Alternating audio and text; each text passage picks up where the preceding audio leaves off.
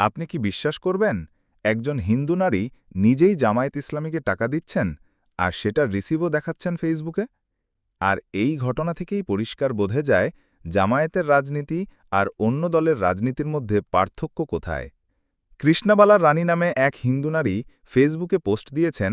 তিনি বলছেন, জামায়াতের রাজনীতি আলাদা। অন্য দলের নেতাকর্মীরা টাকা সম্পদ পাওয়ার জন্য রাজনীতি করে, কিন্তু জামায়াতের কর্মীরা নিজের টাকা সম্পদ দলে দিয়ে রাজনীতি করেন। প্রমাণ হিসাবে তিনি বায়তুল মাল থেকে পাওয়া নিজের কাটা একটি রিসিভও দেখিয়েছেন। পিন কমেন্টে তিনি আরও নিশ্চিত করেছেন, আমাদের ফ্যামিলি থেকে অনেক বছর ধরে অমুসলিম শাখায় জামায়াতকে টাকা দিয়ে আসছি। আমার ছোট বোন, মেজ বোন, দাদা সবাই কম বেশি দিয়ে থাকেন, আর এই টাকাগুলো সমাজ কল্যাণে ব্যয় হয়। এই গল্পটা শুধু একটি ব্যক্তিগত অভিজ্ঞতা নয়, বরং বাংলাদেশের রাজনৈতিক সংস্কৃতির দুই ভিন্ন ধারা, যেখানে একদিকে আছে লুটপাটের রাজনীতি, আরেক দিকে আছে ত্যাগের রাজনীতি। বাংলাদেশের অধিকাংশ রাজনৈতিক দলের বাস্তবতা, দল ক্ষমতায় এলে নেতাকর্মীদের প্রথম লক্ষ্য হয় ব্যক্তিগত সম্পদ বৃদ্ধি। জনগণের করের টাকা থেকে শুরু করে সরকারি প্রকল্পের ঘুষ সবই হয়ে ওঠে আয়ের উৎস। সাধারণ মানুষ রাজনীতিতে যুক্ত হলেও মূলত উপরে ওঠার সঙ্গে সঙ্গে ব্যক্তিগত লাভই হয়ে ওঠে অগ্রাধিকার।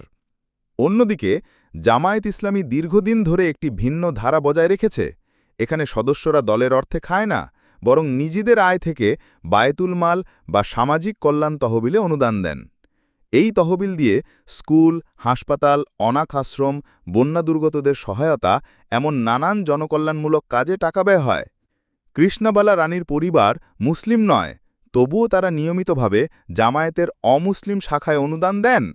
এর কারণ, তাদের বিশ্বাস এই অর্থ ব্যক্তিগত স্বার্থে নয়, বরং সমাজের কল্যাণে ব্যয় হয়। আর এটাই রাজনৈতিক আস্থার এক বিরল উদাহরণ। বাংলাদেশের রাজনীতিতে লুটপাটের গল্প অনেক, কিন্তু এমন উদাহরণ প্রমাণ করে ত্যাগ, স্বচ্ছতা আর জনকল্যাণও রাজনীতির অংশ হতে পারে। প্রশ্ন হল, আমরা কোন ধরনের রাজনীতি চাই?